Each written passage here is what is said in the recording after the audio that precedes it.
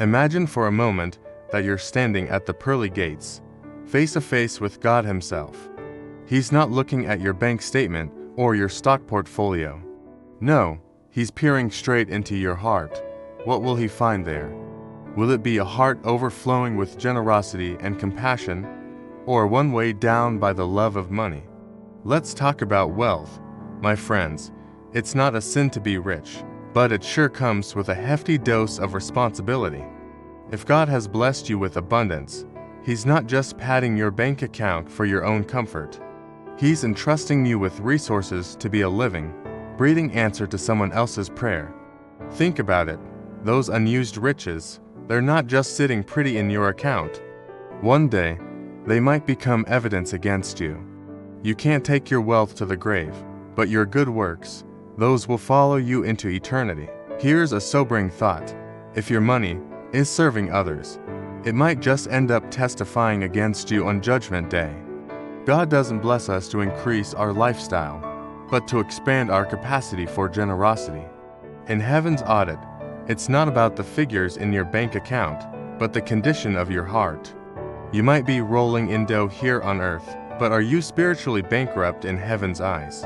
The love of money has a nasty habit of blinding people to the true riches found in Christ.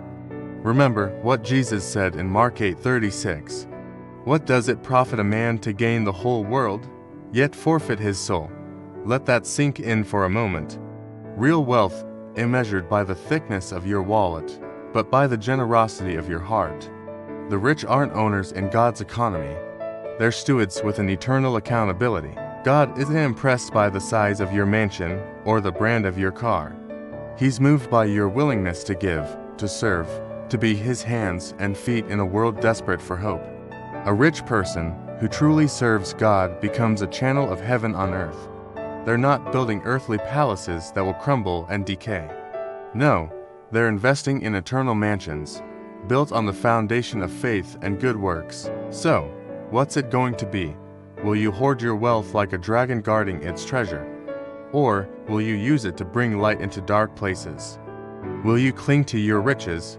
Or will you open your hands and let God use you as a conduit of His blessings? Remember, the rich young ruler walked away from Jesus, sorrowful because he couldn't let go of his possessions. Don't make the same mistake. Your wealth is a test, a responsibility, and an opportunity to partner with God in His redemptive work on earth.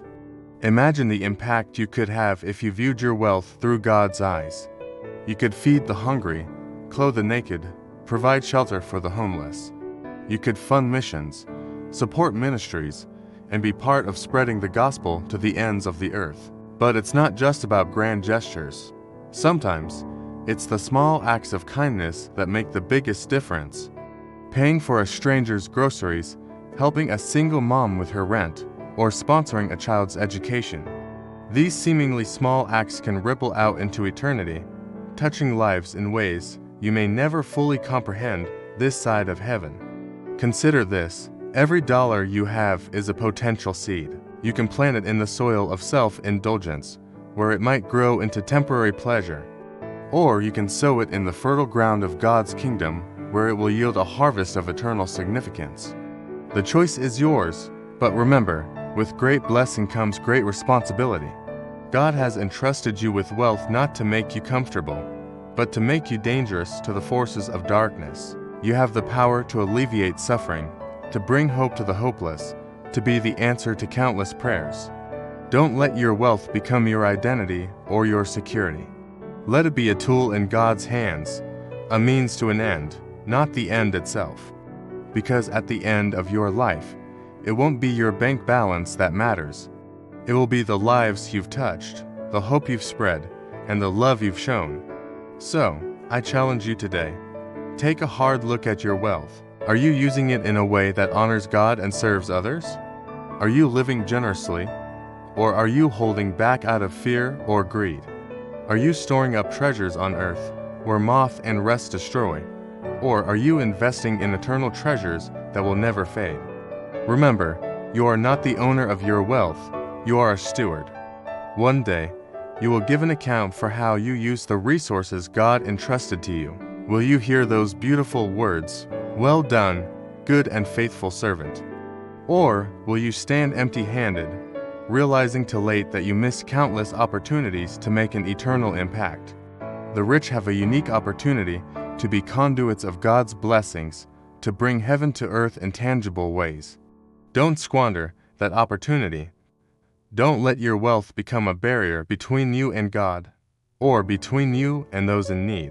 Instead, let your wealth be a bridge that connects resources to needs, that spans the gap between abundance and lack. Let it be a testament to God's goodness and a reflection of His generous heart. In a world obsessed with accumulating more, dare to be different.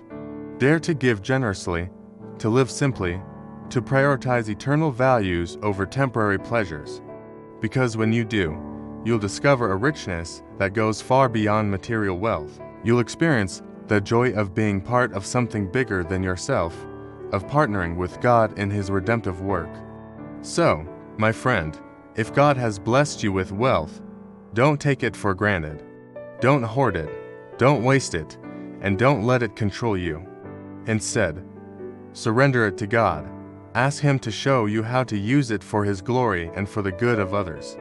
Be open to His leading, even when it challenges your comfort or your plans. Remember, true wealth isn't measured in dollars and cents. It's measured in lives touched, in hope restored, in faith strengthened. It's measured in the smile of a child who now has a future, in the tears of gratitude from a family saved from homelessness, in the joy of a community transformed by acts of love and kindness. You have been given much, and much is expected of you. But don't let that burden you. Instead, let it excite you, because you have the incredible privilege of being God's hands and feet in a world that desperately needs His touch. You have the opportunity to make an impact that will echo into eternity. So, what will you do with your wealth? Will you use it to build your kingdom, or to advance God's? Will you cling to it in fear, or release it in faith? The choice is yours, but remember, one day you will stand before God and give an account. Make sure that, when that day comes, you can do so with joy, knowing that you used your wealth not just for your own comfort, but for His glory and the good of others. Let your legacy be one of generosity, of compassion, of faith in action. Let it be said of you that you are rich in good deeds, quick to share, and eager to help, because in the end, that's the kind of wealth that truly matters, the wealth of a life well lived in service to God and others. Please subscribe, like, share, and pray. God bless you.